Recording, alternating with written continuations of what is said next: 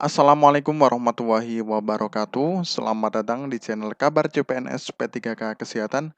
Semoga teman sejawat dilindungi oleh Tuhan Yang Maha Esa. Teman sejawat yang baru tahu channel ini, silakan subscribe dan bunyikan tombol loncengnya agar tidak ketinggalan informasi tentang kabar CPNS dan P3K yang terbaru. Oke teman-temanku sekalian yang berbahagia, ini ada sebuah informasi teman-teman ya, langsung dari Poltar Jabar teman-teman ya. Nah ini Portal Jabar Kabupaten Garut teman-teman ya. Sekretaris Daerah Sekda Kabupaten Garut Nurdiniana memimpin rapat persiapan pelantikan pegawai pemerintah dengan perjanjian kerja atau disingkat dengan P3K, tenaga kesehatan nakes di lingkungan pemerintah daerah Kabupaten Pemdakap Garut Formasi tahun 2022 teman-teman ya. Informasi saja teman-teman, memang untuk bulan-bulan ini sudah ada ya sebagian kecil yang sudah melantik untuk menjadi P3K teman-teman ya, yang di daerah-daerah teman-teman ya. Sudah mulai semuanya dan juga masih ada beberapa ya daerah yang masih progres ya, yang masih progres tentang pengusulan untuk NIP P3K teman-teman ya. Ini salah satunya dari Garut ya teman-teman ya. Nah, ini teman di Aula Kantor Badan Kepegawaian dan Diklat BPKD Kabupaten Garut Selasa tanggal 11 kemarin teman-teman ya. Rapat ini sebagai tindak lanjut surat keputusan Menteri Pendayagunaan Aparatur Negara dan Reformasi Birokrasi nomor 552 tahun 2022 tentang penetapan kebutuhan pegawai aparatur sipil negara di lingkungan Kabupaten Garut tahun anggaran 2022 tanggal 9 September 2022 teman-teman ya. Nah, lanjut teman-teman ya. Nurdin menyebutkan ada sekitar 1.615 peserta yang lulus sebagai P3K Nakes di lingkungan Pemdakap Garut teman-teman ya. Namun 10 orang diantaranya mengundurkan diri sehingga ada sekitar 1.605. Nah, P3K Nakes yang akan dilantik dan menerima surat keputusan SK pada hari pelantikan nanti yang rencananya akan digelar pada hari Senin ya, tanggal 17 bulan 4 di alun-alun Garut ya. Meskipun begitu, lanjut Nurdin hingga saat ini ada sekitar 21 SK yang belum diterima oleh BKD Garut dari Badan Kepegawaian Negara. Jadi masih kurang 21 teman-teman ya.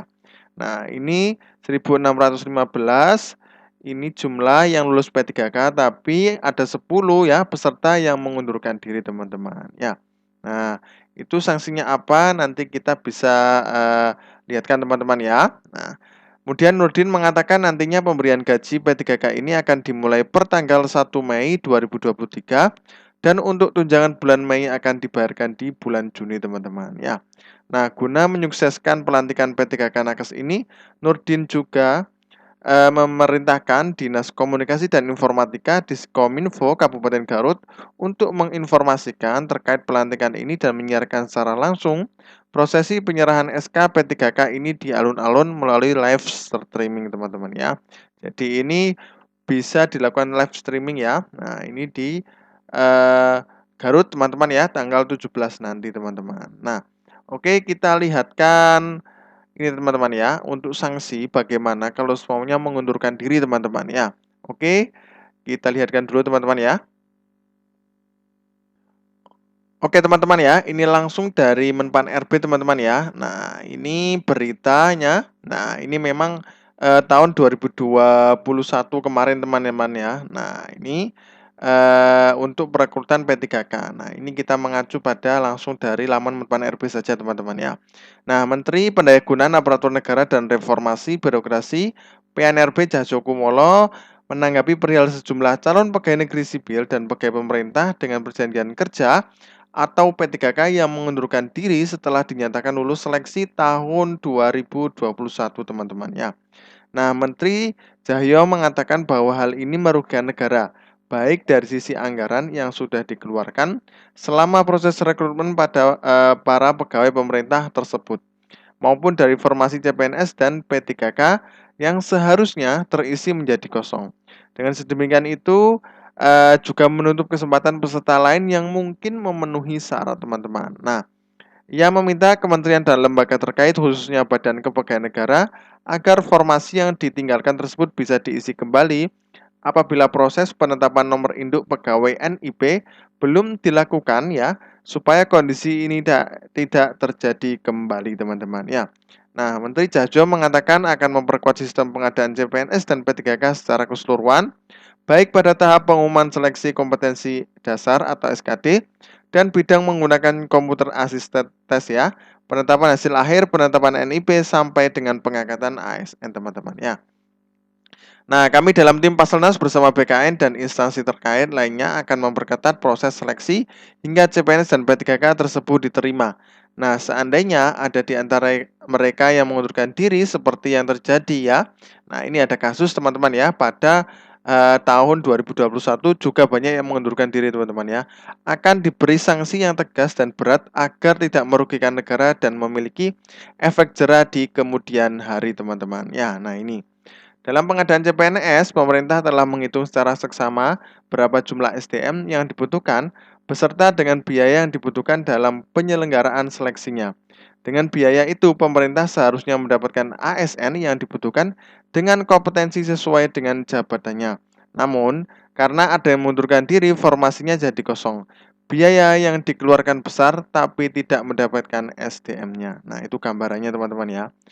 Nah, berdasarkan pasal 54 Permenpan RB nomor 27 garis miring 2021 tentang pengadaan PNS, pelamar yang telah lulus seleksi akan diangkat menjadi CPNS dan oleh pejabat pembina kepegawaian atau PPK ya, setelah mendapat persetujuan teknis dan penetapan NIP oleh BKN. Jika mengundurkan diri, diberikan sanksi tidak boleh melamar pada penerimaan ASN untuk periode 1 tahun berikutnya. Nah, ini sanksinya, teman-teman ya. Jadi tidak boleh melamar untuk 1 tahun ke depannya, teman-teman ya.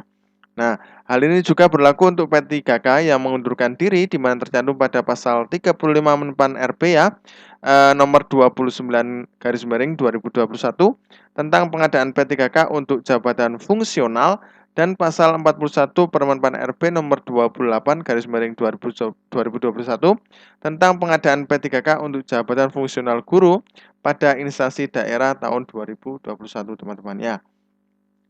Nah, namun demikian, kewenangan PPK dalam memberikan sanksi tambahan bisa dilakukan sesuai dengan kebutuhan masing-masing dan ditetapkan oleh PPK pada saat pengumuman seleksi dengan konsekuensi yang diberikan kepada pelamar, teman-teman ya. Nah, selanjutnya Menteri Jajjo menjelaskan apabila formasi yang ditinggalkan oleh pelamar yang mengundurkan diri tidak bisa diisi pada tahun ini, maka sesuai dengan mekanisme perencanaan dan pengadaan ASN, hal tersebut dapat diusulkan kembali dengan mengajukan usulan kebutuhan serta perhitungan analisa jabatan dan beban kerja sesuai dengan kebutuhan organisasi. Ya. Nah, teman-teman ya, sudah kelihatan bahwasanya ini mengaca pada tahun yang kemarin bahwasanya tahun 2021, teman-teman ya, ada yang mengundurkan diri. Nah, maka langsung sesuai dengan permenpan ini, teman-teman ya, langsung diberikan sanksi tidak boleh melamar pada 1 tahun yang ke depan. Nah, dan juga ada sanksi tambahan dari PPK di instansi daerah masing-masing.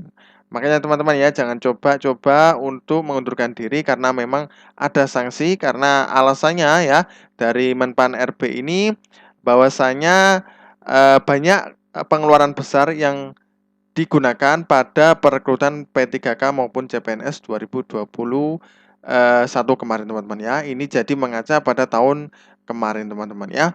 Oke, mungkin itu saja yang dapat kami sampaikan. Mudah-mudahan bermanfaat. Terima kasih ya.